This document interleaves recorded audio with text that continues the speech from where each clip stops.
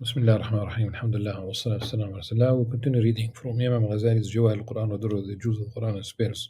We're still reading from Surah Saba, and we have reached verse 34. أعوذ بالله السميع من الشيطان الرجيم. بسم الله الرحمن الرحيم.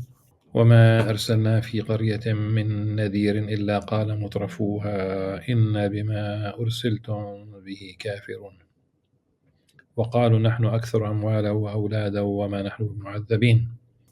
Whenever we sent a warner, Nadir, a prophet, a messenger, whenever we sent a warner to a society, قرية, village, any place where there are people, its elite would say, we truly reject what you have been sent with.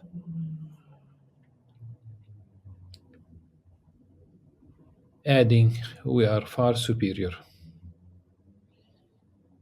They compare themselves to the believers in wealth and children, and we will never be punished.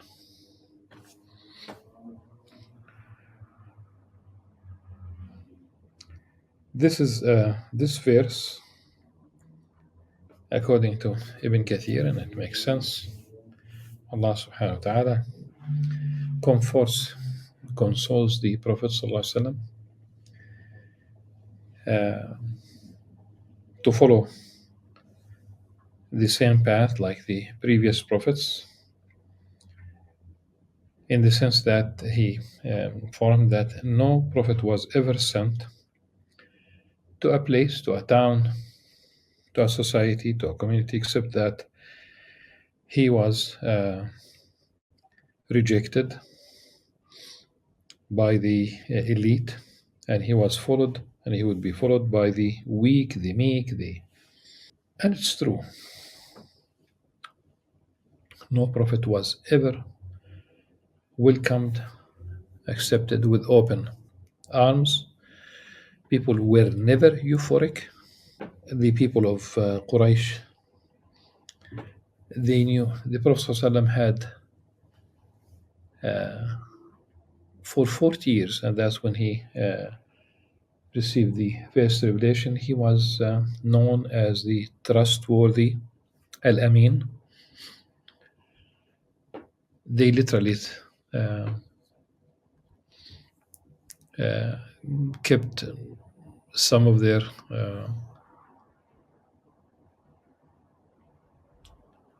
wealth with the Prophet ﷺ. They to keep it for them. He was trustworthy, and this is why when he migrated from Mecca to Medina, before that he gave people back what belongs to them. He was never known to have lied. In fact, the Arabs in general, they would not lie. Abu Sufyan, when he was before he became Muslim, when he met Hercules in Jerusalem, when he was asked about the Prophet ﷺ, he wanted to insert a word here or a word there to lie, but he did not want this to be on his record, not in terms of the hereafter. In the sense of he did not want this to be something that he would be known for, that he lied against the Prophet ﷺ. There was animosity, but they would not lie. They were courageous, they would not lie, and they were generous. They were polytheists, but they had an alliance to defend the weak, those who did not belong to strong tribes.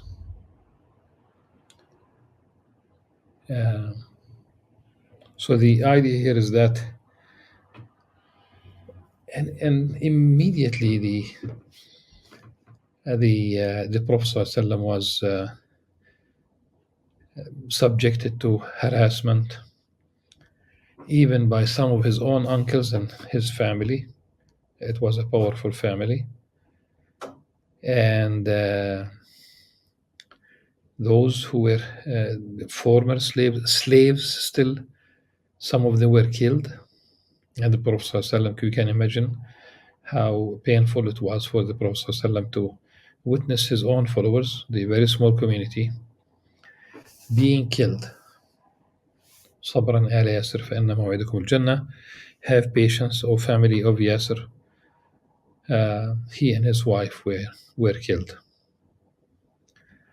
They were killed. And with the Prophet ﷺ was simple. He could not save them. He could not help them. He just prayed for them. He was witnessing what they were going through. When he was prostrating himself in the vicinity of the Kaaba, the Prophet ﷺ, the intestines, the gut of a camel was placed on his back, and ultimately there was an absolute boycott of the Quraysh, the Meccans, the polytheists, of course, the idol worshippers. They boycotted the Prophet ﷺ and his followers, and they stayed in a valley in the vicinity called Shab Abi Talib, his uncle, and they starved them.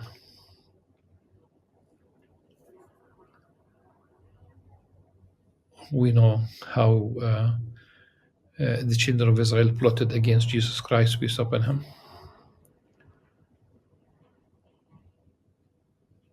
They wanted to harm him. They wanted to kill him because they have killed some of their prophets before. So that would not have been something different out of the ordinary, let's say, based on the history of the prophets amongst the children of Israel. And the Quran, of course, rejects the idea that he was crucified or killed. It appeared to them, something appeared to them. It appeared to them as if, but he was not.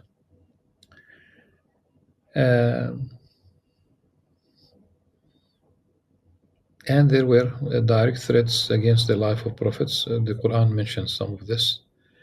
It's the elite, and this is why the elite in Mecca wanted to negotiate with the Prophet ﷺ.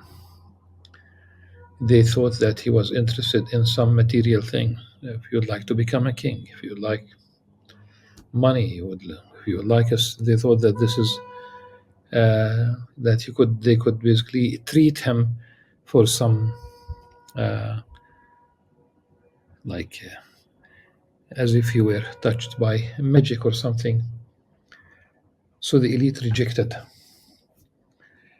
And the elite here, they are associated with, of course, they have the political power, they have the wealth,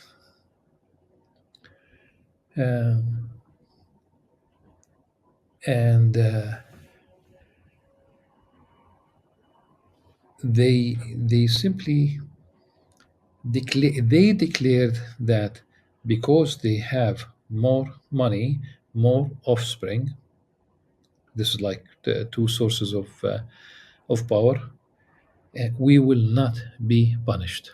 We will never be punished. In fact, if we look around the world, we will find it has been the case, it is still the case, that you will find some wealthy people that are wealthy enough to change, to twist, to change the laws, to put pressure on various institutions. So the idea of the separation of the three powers, the judicial, the legislative, and the executive,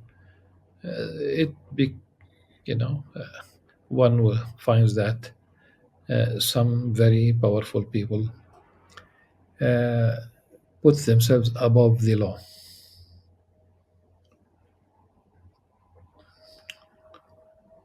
Uh, it's being rebellious. I think this is very important. There are those who sin because they are weak. There are those who sin, um, they rebel, they reject. This is something that started with Satan, um, and you'll find that those elite, they continue the same line. They are above the law, and we can see it today.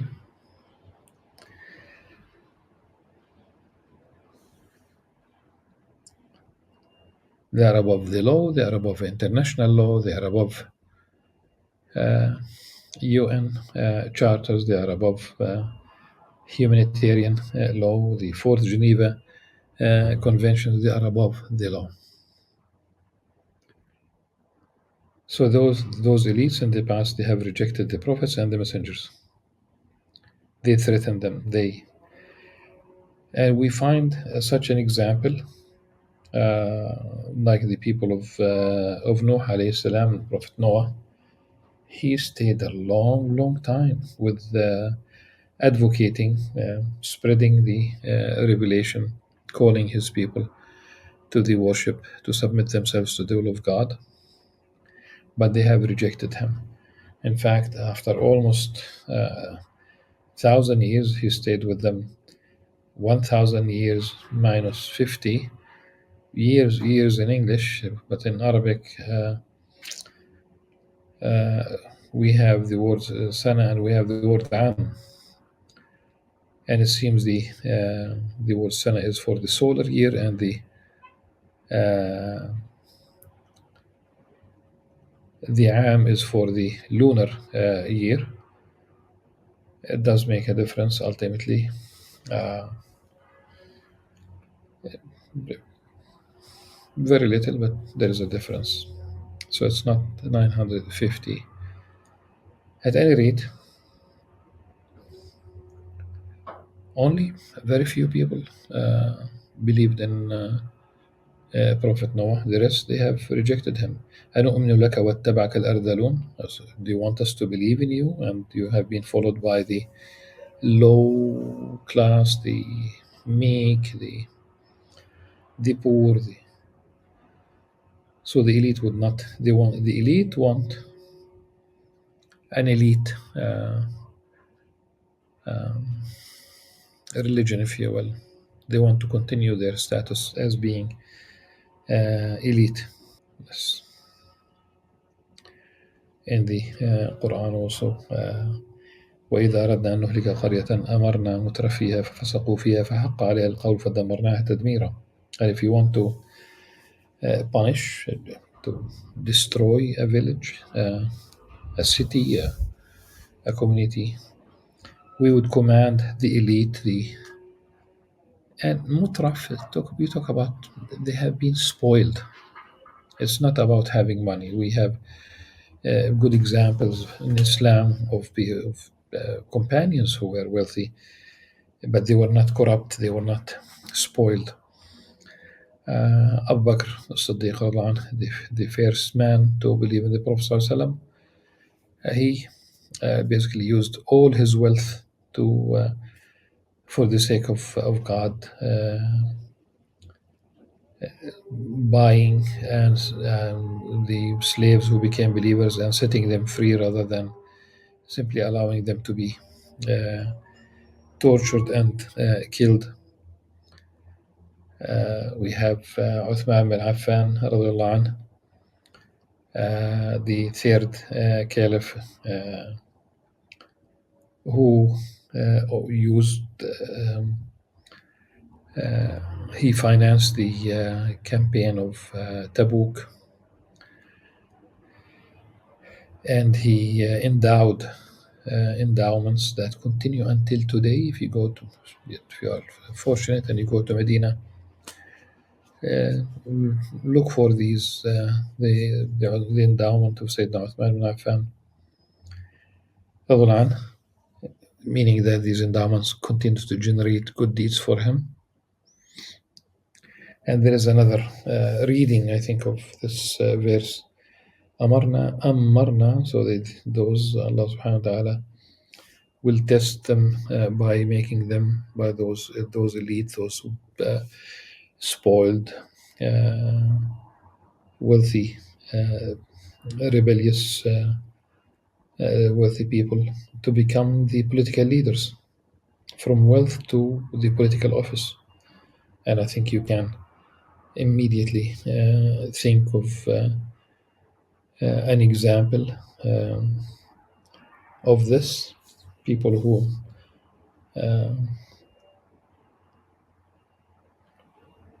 who moved from real estate and business and other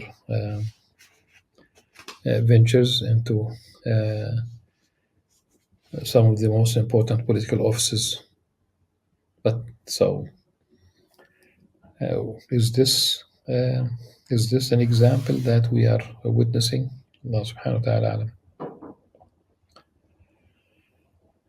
Yes. So the verse that indicates clearly that every prophet was faced with rejection, and um,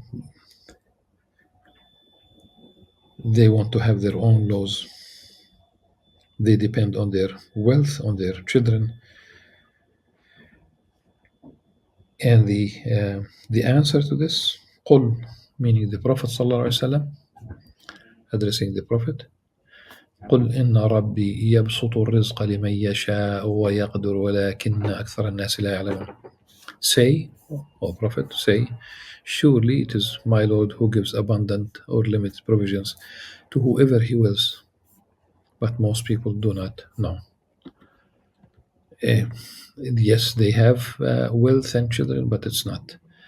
It's Allah subhanahu wa ta'ala provided them with this wealth.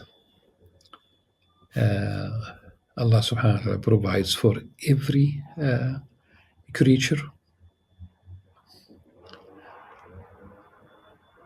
but their money and children do not bring them closer to Allah subhanahu wa ta'ala. وَمَا أَمْوَالُكُمْ وَلَا أَوْلَادُكُمْ بِالَّتِي تُقَرِّبُكُمْ عِنْدَنَا زُلْفَى إلا من آمن وعمل صالحا فأولئك لهم جزاء الضعف بما عملوا وهم في الغرفات آمنون. It is not your wealth or children that bring you closer to us, to Allah subhanahu wa ta'ala, but those who believe and do good. It is they who will have a multiplied reward for what they did,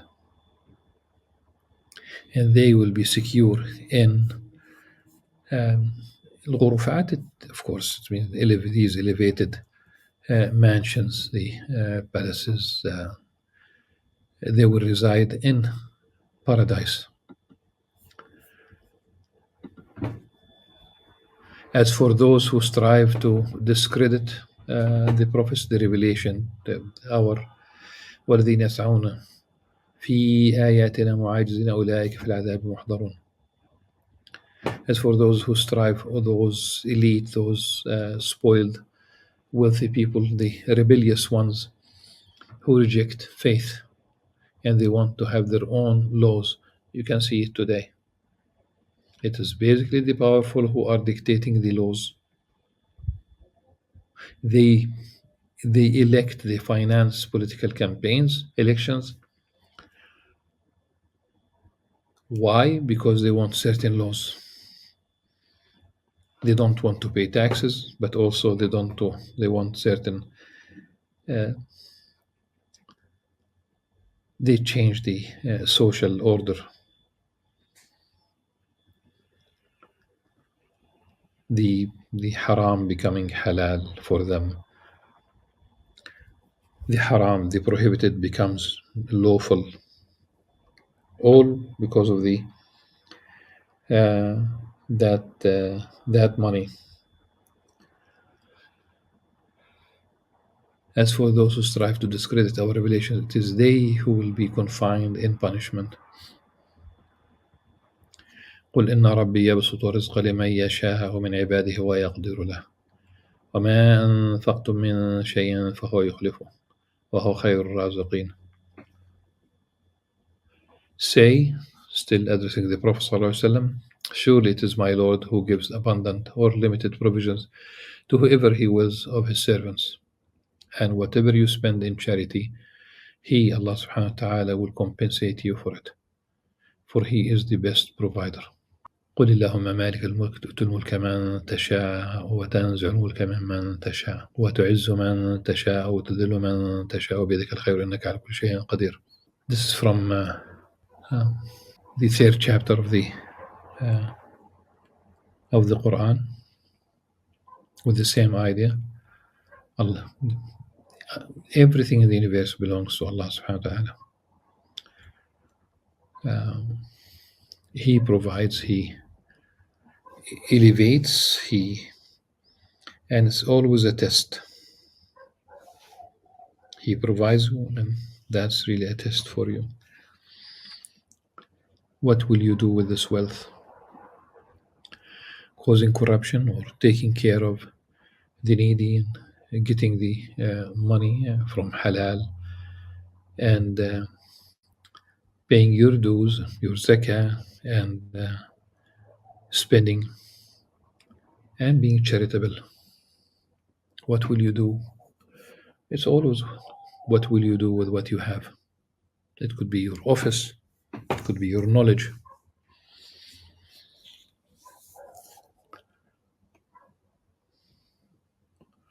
The problem with the elite, with the wealthy, they think that it's always their own ability. They don't see Allah subhanahu wa ta'ala, they don't see God.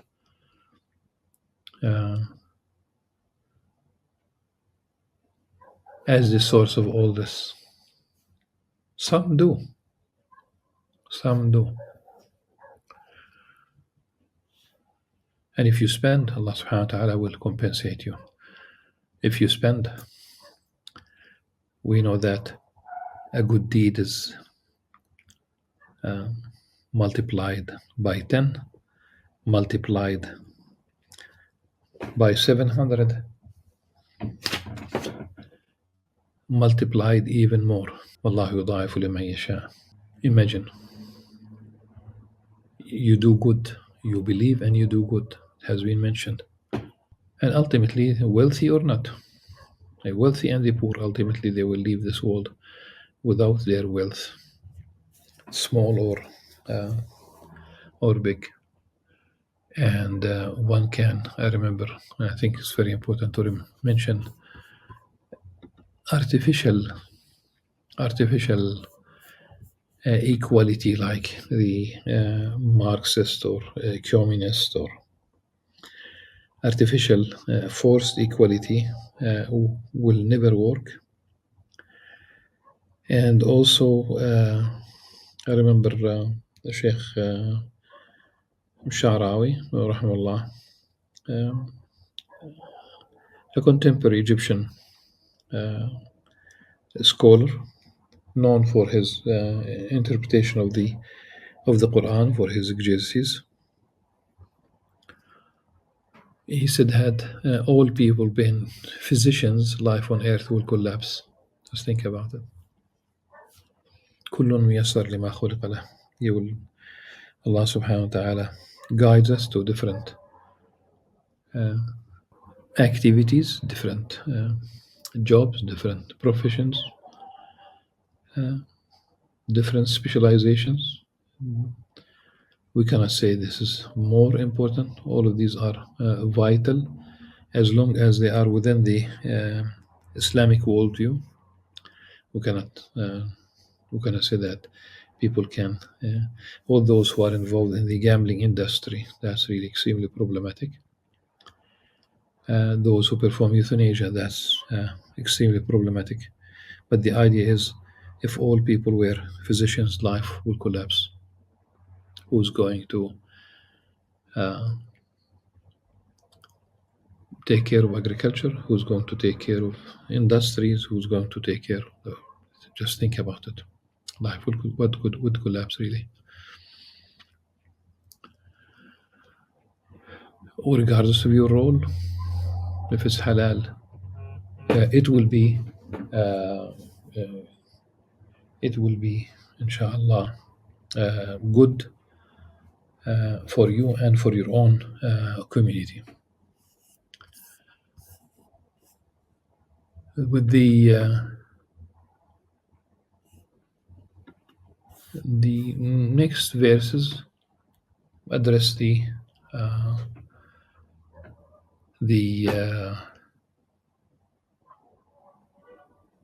day of judgment, when they will be gathered, and Allah subhanahu wa ta'ala will address the angels.